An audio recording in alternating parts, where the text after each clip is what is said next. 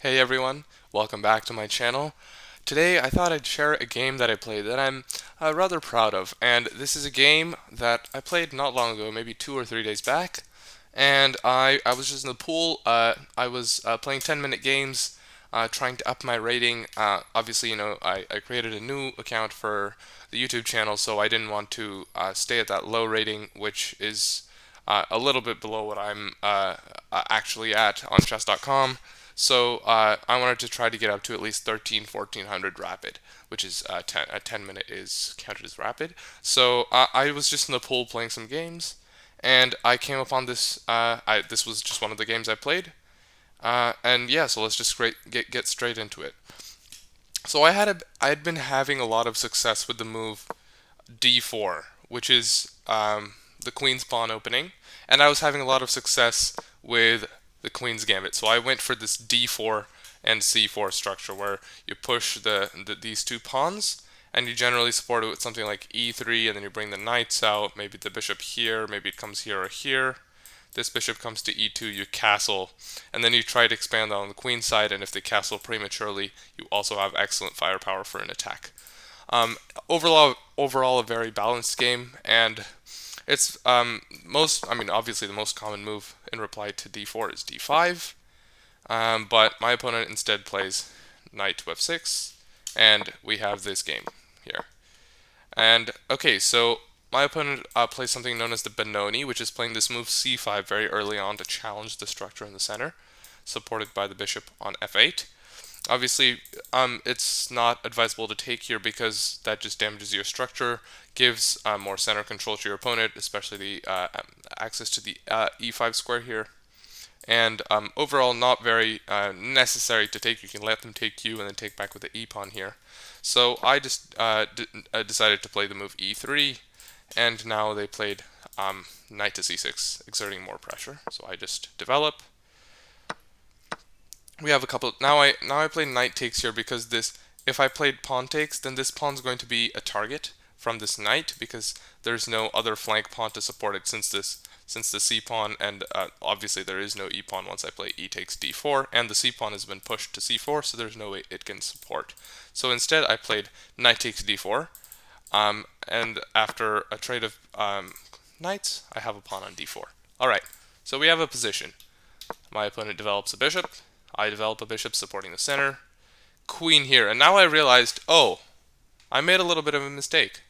I didn't worry too much about this bishop to b4 idea here, but I realized that's actually going to cause a problem because if I allow, let's just say I play bishop to e2 and allow bishop takes c3, then this is a problem because of this. And now, if I block with my queen, I lose my rook, and that's bad. So I didn't do that. And if I block with my bishop, then d4 goes, right? And that's bad as well. And if I don't, if I play king to f1, that's also bad for obvious reasons. I just played king to f1. This rook's going to have a hard time coming into the game, and my king's not as safe on f1 as it would have been if I was able to castle. I'm not in this position, but in a different position where I'm not in check. So after the move queen to a5, I thought a while, and I played queen to b3. And this move intended to defend this, kind of exert some pressure on the bishop, and like kind of just, be there and support its pieces, like it's the queen, it's got to, like show some compassion to the subject and all that stuff. So I played queen to b3. And then my opponent played knight to e4. And I was like, hey, wait a second, how do I do this? And then I'm like, okay, so obviously I can either play the bishop back here, but then knight takes the bishop, and then king has to go to d2 to take back, and that's not good. I still haven't dealt with the pin, and I don't have castling privileges because I moved my king, and my king is still in the center, and there's plenty of opportunities for my king to be attacked with moves like maybe this, and my king will be under fire. So instead, after this move, I played rook to c1. Okay, I said, okay, I'll add another defender to my knight, but then they just took. Okay, obviously if I take with the rook, then I lose the exchange, so that's bad. I took with the pawn, attacking the bishop.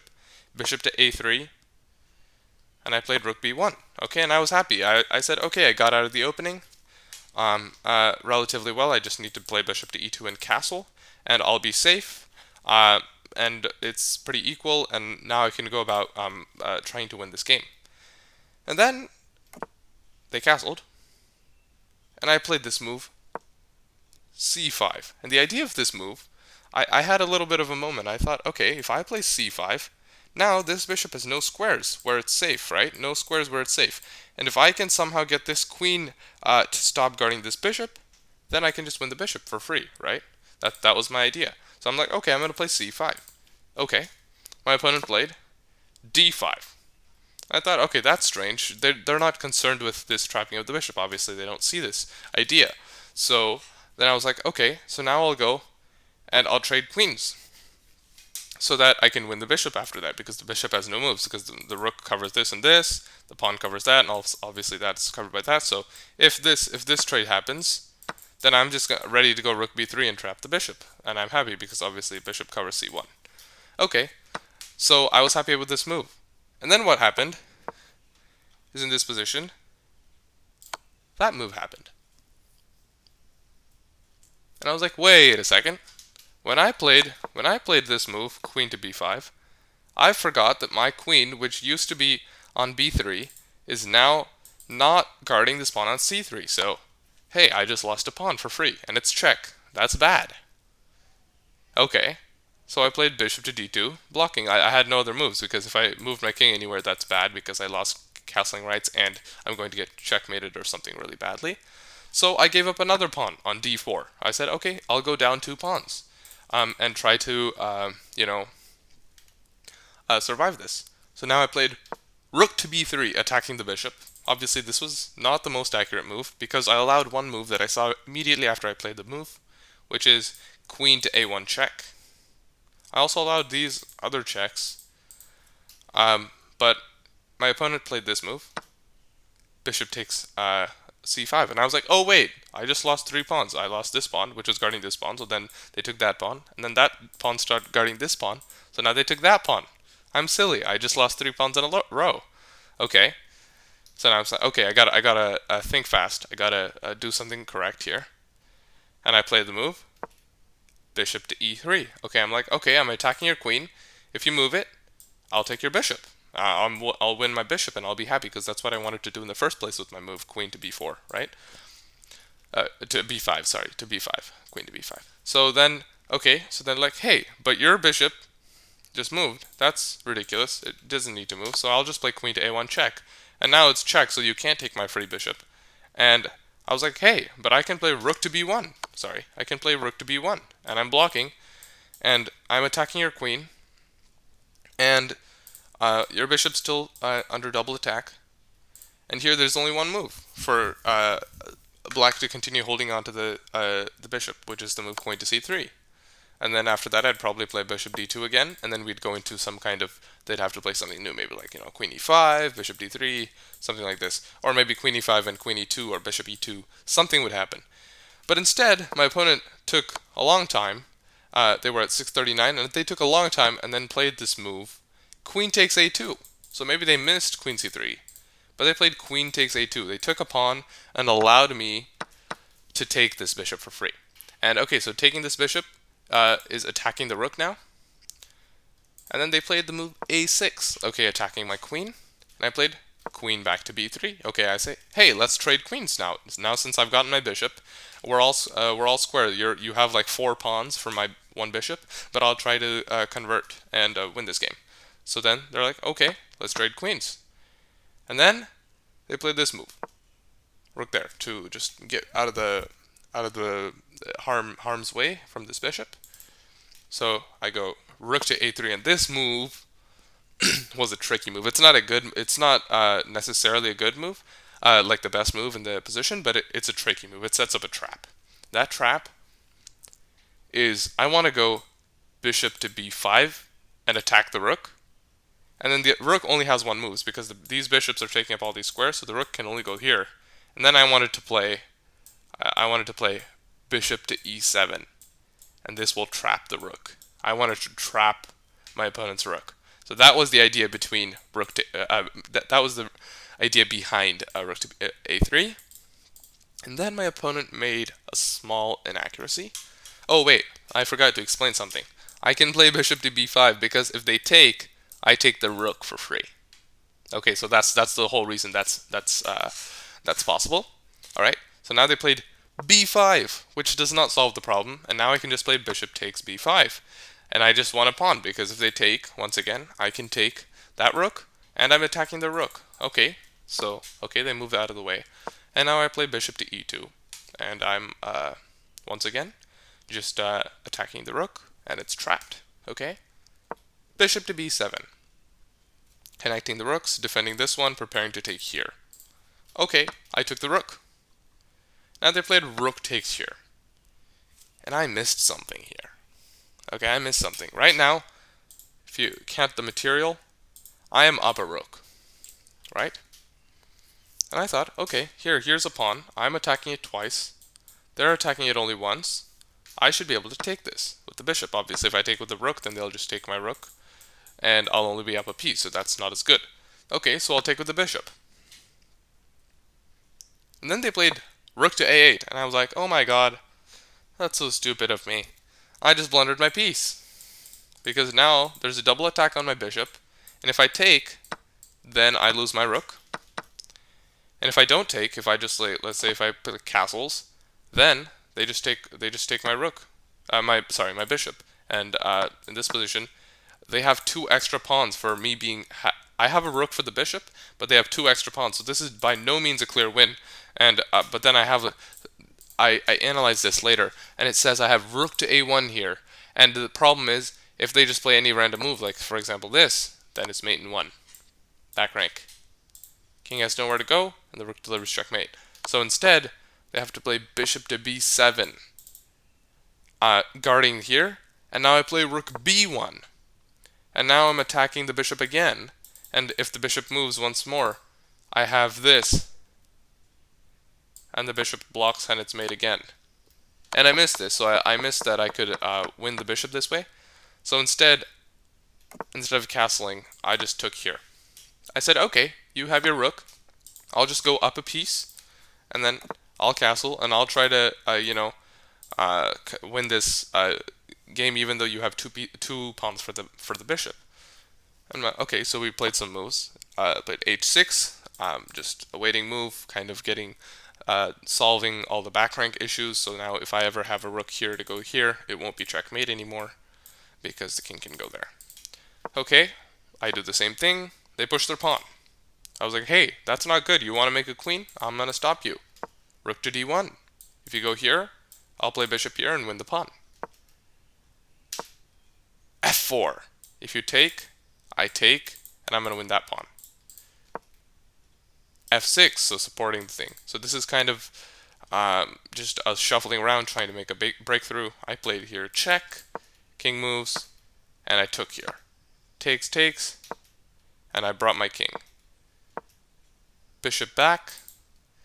I'm not going to allow the king ever to come here, and I'm trying to trade rooks. And here I think my opponent made a mistake, or maybe they misplayed the following couple of moves, but they played rook takes d3. And I played bishop takes, and I'm like, okay, I have this bishop which patrols the light squares, and it is never going to allow this pawn to come forward. If you play king here, I will play king here, so that here I can still just take because it's supported by my king. And let's just say you play something like this. I will play check, king here, and you are never going to be able to break through, right? So instead of this, I can even, instead of playing check, I could even just, after this, I can just go here, try to make some progress. As long as my king and bishop are monitoring this, there is no way you can break through. And your king is never allowed to come here because of my bishop as well. Okay, so where am I?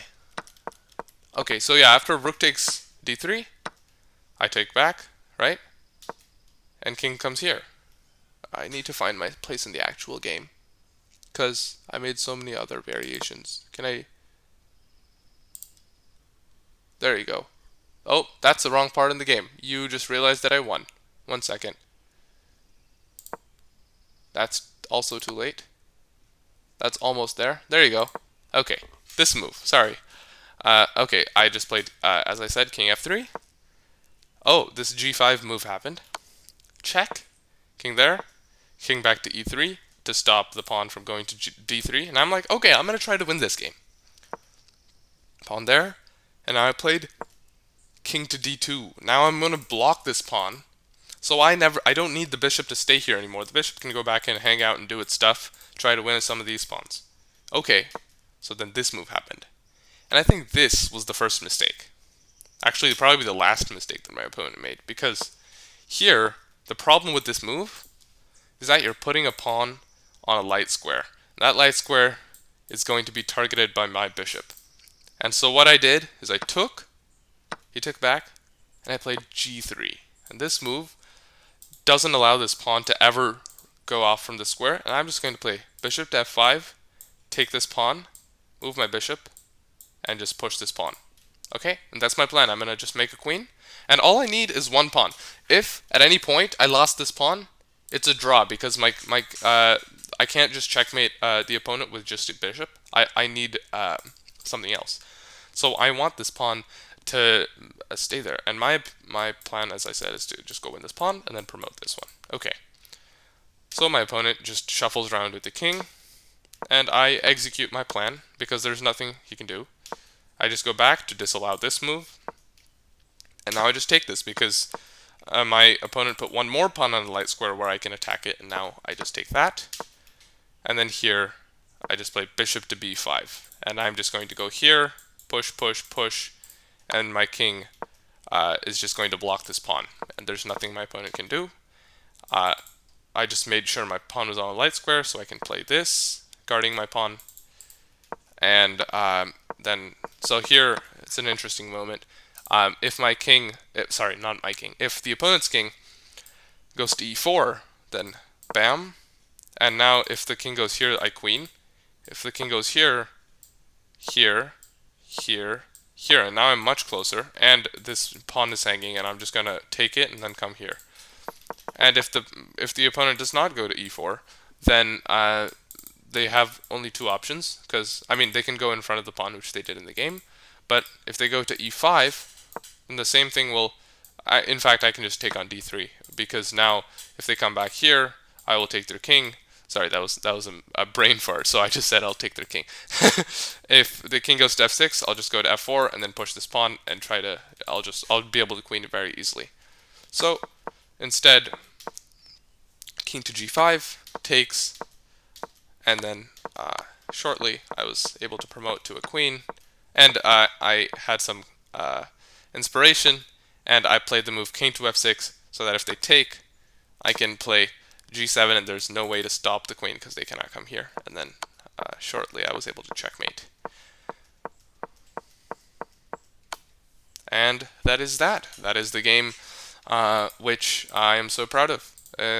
And here I'll just show you the analysis. And I guess you guys can see, right? Yeah, I played this game with 93.2 accuracy.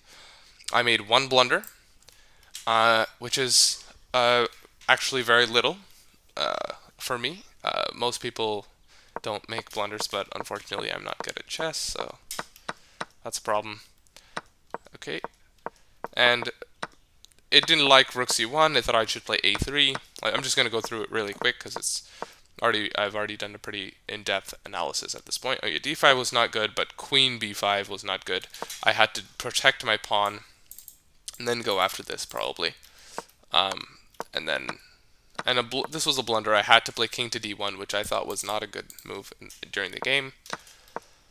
And rook to b3 was not good, but then this was a blunder. See, it should have gone back to queen c3 was the best move, but queen there, and now bishop takes, and now it wanted me to go here for some reason, but I'm not even going to go into that because it's just dumb.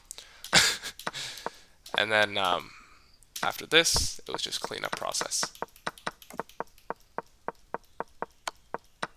And that is that. That is that. That is my game, and I hope you enjoyed. I hope you learned some things from it. I hope you laughed at me for some of those mistakes I made and my thought processes during the game. And with that, I'll wish you a good day and see you in the next video.